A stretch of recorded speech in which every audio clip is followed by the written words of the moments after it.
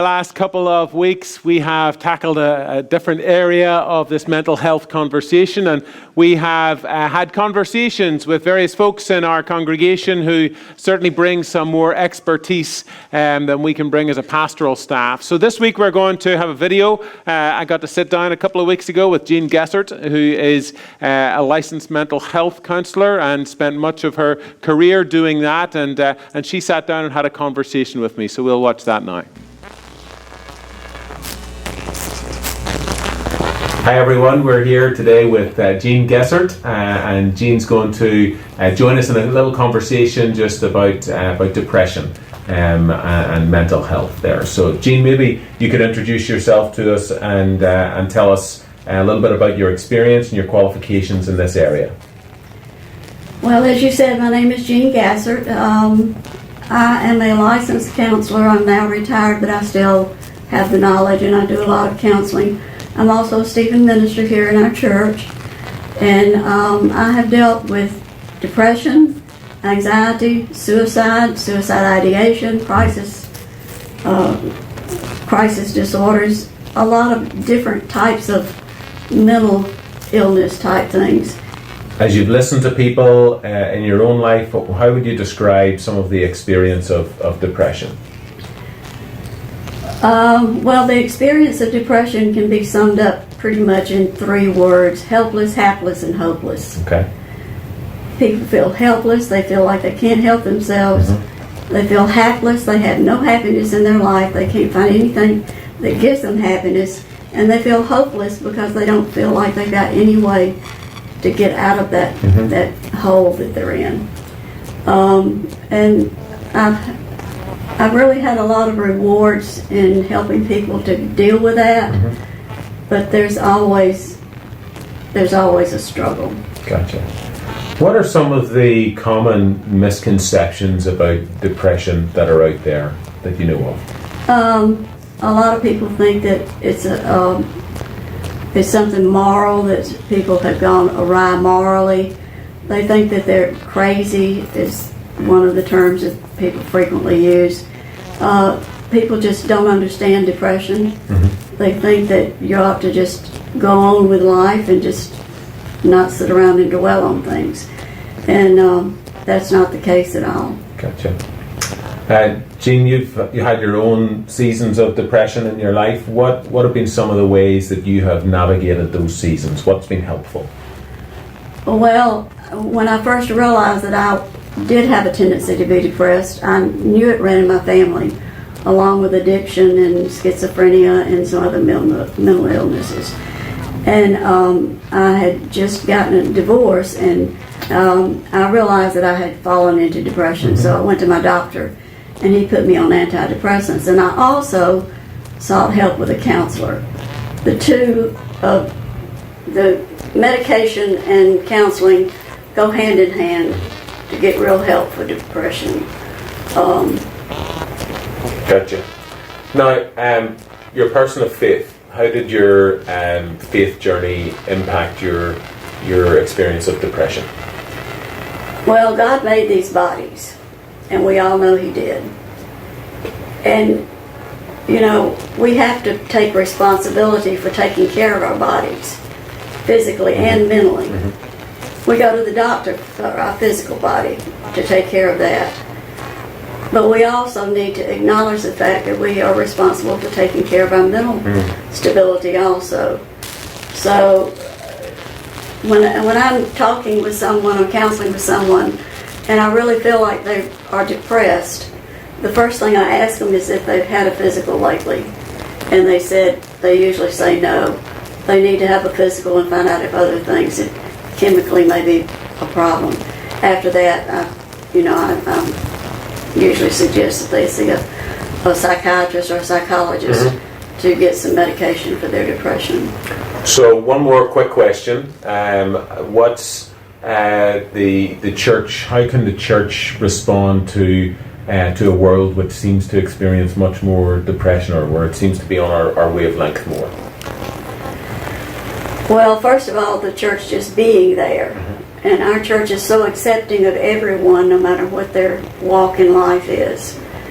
we need to acknowledge that we're all different. We have a wide array of wonderful Stephen ministers that are well trained, that can help people. I think our church is doing just about everything that's possible. But probably the most important thing is that everyone needs to be educated on what depression and anxiety looks like. Gotcha. And how it affects a life. Gotcha. Listen, Jean, thank you so much for joining me today. Thank you for answering my questions. And thank you for being a part of this series. Thank you.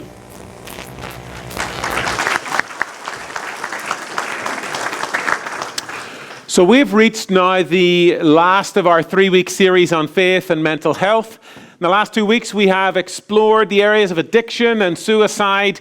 And my hope has been that for all of us in all 3 of our services, each of these Sunday mornings, that our collective awareness has been raised as to the sheer volume of people in the United States who are living life in an ongoing battle with their mental health. Another hope in this preaching series is that not only will we know the numbers, but we will take a moment to think about mental health struggles in the context of our faith.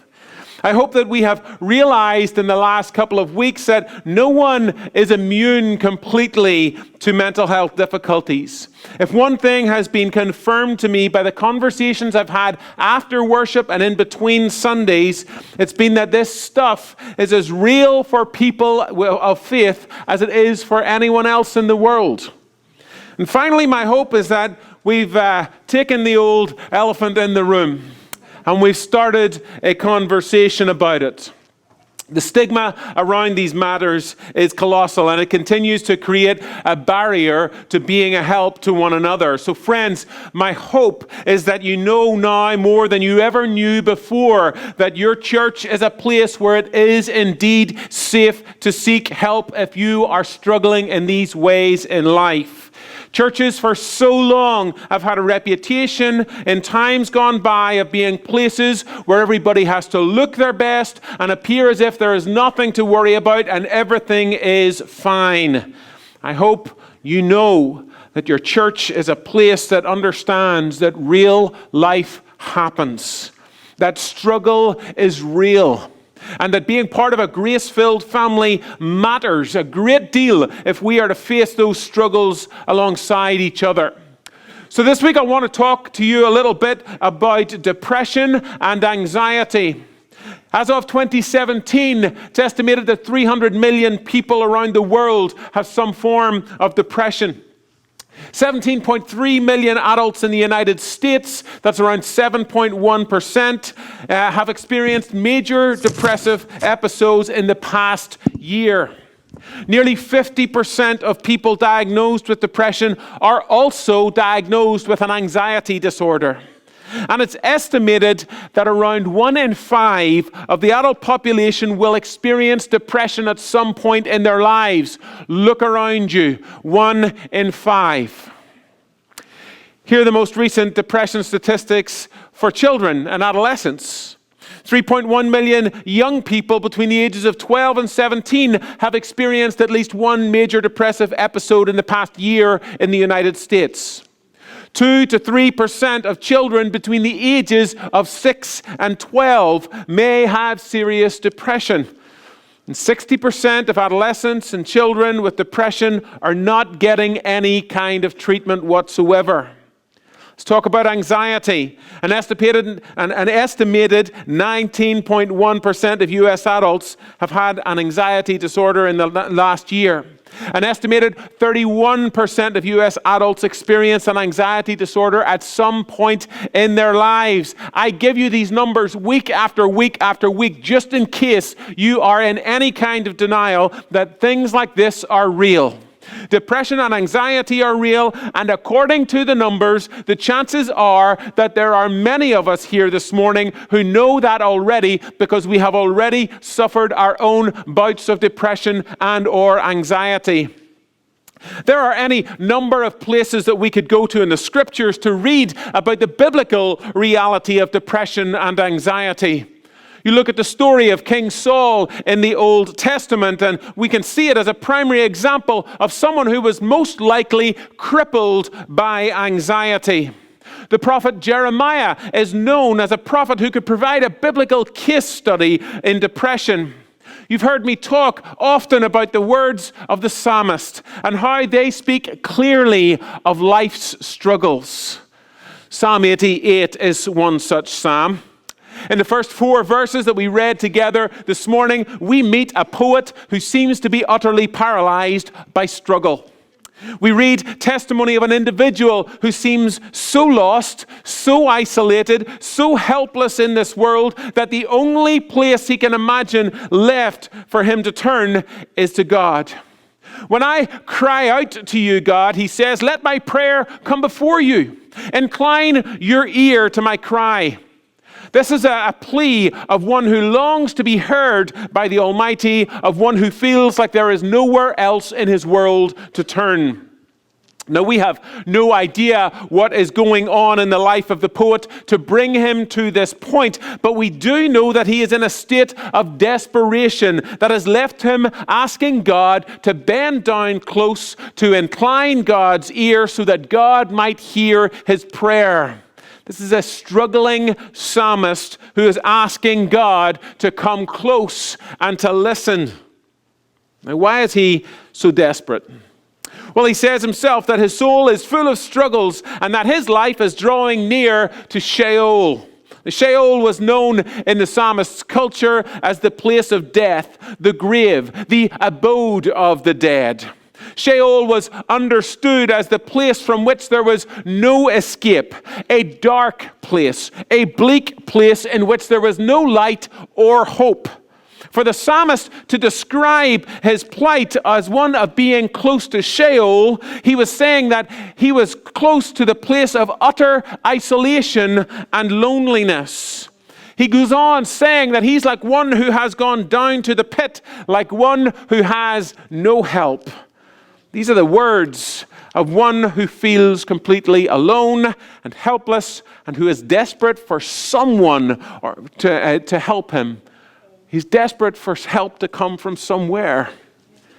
I think that the psalmist is describing his own experience of depression. Why do I think that? Because when I read those words, I can't actually begin to relate them to my own experience. It was early in 2015 when I started to notice that something different was going on within me. We'd had a big year before that, Margaret, Eva, Jackson, and myself. We had a new home. I had a new job. We had just moved continent, as you do. And everything appeared to be just fine on the outside of life, but inside I was starting to feel a complete loneliness and a lostness. I was feeling like I had no clue who I was anymore or what on earth I was doing in ministry. Without warning, I would find myself and my thoughts drifting into what felt like a completely empty and blank space. I spoke to Margaret. I said, I don't know what's going on, but something just isn't right. I had never been depressed. I had never been anxious about anything in my life, but here I was feeling absolutely blindsided by this complete sense of emptiness within me. So I called an old ministry mentor. She listened to me for a while, and then she spoke these words. Well, Charlie, do you think you're depressed? I had not thought of it.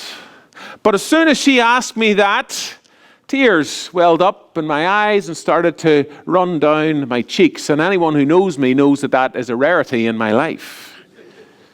Depression? Me? No way. Have you seen these shoulders? They're big enough to carry just about anything. I've had a good life. Have you not seen the life I'm living? I've got no reason whatsoever to be depressed. Long story short, I eventually went to see my doctor. I was diagnosed with and treated for depression for a number of months after that. Praise God, it was only a season of life and no longer in it, and I hope I never return to it. So I think that the psalmist is describing a bout of depression in his life because I recognize the desperation with which the psalmist is crying out to God in these words. Depression and anxiety are real in our world, friends, and they were real in the world of the Bible. And so that means that as Christians, we must ask the question, what does our Christian faith speak to the matter of depression and anxiety in our world? Well, the first thing that I need to state with utter clarity today is this. Suffering with depression or anxiety is not and never will be a sign that an individual is lacking enough faith in God. And neither is it indicative of a faith that is weaker than someone else's faith. Now, you may think that it is strange that I would say that, but the truth is, I would be a very rich man if I had $1 for every time a Christian has told me that when they have shared their struggle in a church or in a small group setting, someone has told them that they just need to have a little more faith, that their faith is just not strong enough. You just need to read the Bible a little bit more or pray a little bit harder. Friends, that is one of the most ludicrous and damaging things that we can speak to one another in such moments. A quick look through any number of resources will tell you that depression and anxiety have their roots not in the amount of prayer or the presence or lack of enough faith in an individual's life, but rather they tend to arise out of a complex set of risk factors, including genetics and brain chemistry and personality and life events. Now, all of that being said, Christian faith does have much to speak to the soul who feels lost or lonely or paralyzed with depression and anxiety. And primarily, what our faith has to speak to depression and anxiety and all of the other mental health matters that we have discussed is this: you are not alone. To the soul who can't shake that feeling of being utterly isolated in the world, the God who moved close to humanity in the life and ministry of Jesus Christ says, I am with you. God says, I am with you and I will never leave you nor forsake you. To Isaac, God said, do not be afraid, for I am with you. He said the same to Moses, to Joshua, to all of Israel through the prophets such as Isaiah and Jeremiah. The angel Gabriel said to a frightened girl called Mary, do not be afraid, for God is with you. Jesus said to his own disciples as he commissioned them to go into all the world that he would be with them to the end of the age. Hear it clearly today. The enduring message of the gospel is the message of a God who refuses to leave us in the darkness and loneliness of our sin and of our struggle in this world. So to the one who is utterly depressed, to the one who is crippled with anxiety this morning, to the one who feels completely alone, I want to say to you today, and I want you to hear with clarity, God created you. God knows you inside out. God sees you where you are. God hears you. And God states clearly that you are not alone and that he is able and willing to rescue you. You're not alone because God is with you, and you're not alone because God has called and appointed the family of faith to be with you too. In Mark chapter 4, we meet a paralyzed man who's being carried by 4 friends to see Jesus in the hope that Jesus will offer healing. Now, of course, this story is one about the healing power of Jesus for a man with a physical ailment. Mark is also using this story to set up another conversation immediately after where the scribes complain that Jesus pronounced forgiveness of sins. Of course, this passage is about those things. But we must also pay close attention to the friends of the paralyzed man and what they are willing to do to ensure that their friend has the opportunity to be cared for by Jesus. You see, Jesus had drawn a crowd that day, a crowd so big that there was no more room for anyone to get anywhere nearly close to Jesus. The only way that these guys could get their buddy to Jesus was to remove the roof above Jesus. I mean, yes, folks, you read those words correctly. You heard them come out of my mouth. These four friends got up on the roof of the building in which Jesus was teaching, and they started to remove that roof so that they could lower their friend through the hole and get him right in front of Jesus. It is as crazy as it sounds. How often have your friends put a hole in the roof for you? But it's the kind of crazy that we can skip over and miss when we want to skip to the healing power of Jesus in this story. Or when we want to skip to the conversation that Jesus has with those scribes after the healing, we can miss that in this paralyzed man's injured state, he had friends that were willing to do whatever it took to ensure that he would be in the best position to be ministered to by Jesus. We can miss that this paralyzed man embodied the truth that we are not alone. Friends, we are not alone because the God who moves close is with us and promises to never leave us nor forsake us. Whether we can feel that or not, whether we know it or not, whether we like it or not, whether we believe it or not. The one who created us knows us from the inside out, knows every thought and every feeling. The one who knew isolation and desperation himself is with us and remains with us in all things and through all things, even the crippling, paralyzing loneliness and despair of depression and anxiety. Can I get an amen, church? We're not alone because the same God who is with us in and through all things is embodied in God's gathered community of people, the grace-filled family of the church. Now, church, we don't get it right all the time. And we sometimes say some really dumb things that cause more harm than they bring healing. And that's because we are flawed, we are broken, we are in need of healing ourselves, every single one of us. But we gather in the name of the God who is with us. And we are called to love one another and to embody the presence of God for one another. And that means then that to the very best of our ability, we will walk close by those who are struggling. That means that we will listen without judgment, and we will do our best to imagine what it would be like to walk a mile in the shoes of the other. We will listen. We will empathize. We will walk alongside those who suffer and struggle and feel entirely alone. And we will remind them that none of us is alone in this world. We will remind them that we are a people who have been captivated by love and who have been called by the God of love to willingly and eagerly walk with the broken and the lost and the struggling in this world. To walk alongside them in the name of the God who is with them and who can restore them and bring them through the dark night of the soul that they are experiencing in that moment. My friends, depression and anxiety are real. But we are not alone in that darkness. The light of the world sits with us and offers us company in our loneliness and isolation. God sits with us and offers an ear to hear the cries of our hearts. God sits with us wherever we are at, however deep the hole seems, and he says to us, I am with you. You are not alone. And we will journey together beyond the despair of this moment to a new and a brighter place for your life. That's the promise of the God who says you are not alone, dear friends.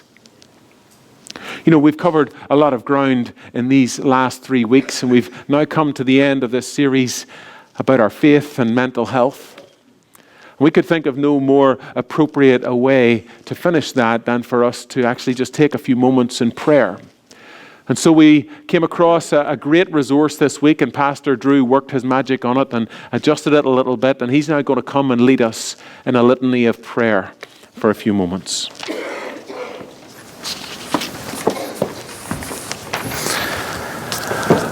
Our prayer this morning is a series of petitions, each describing a various example or a life experience of those suffering from a variety of mental illnesses.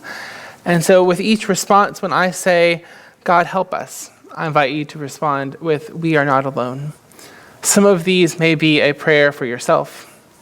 Some will be a prayer for those of us in our congregation who are not able to pray these for themselves. So let us pray with each other now.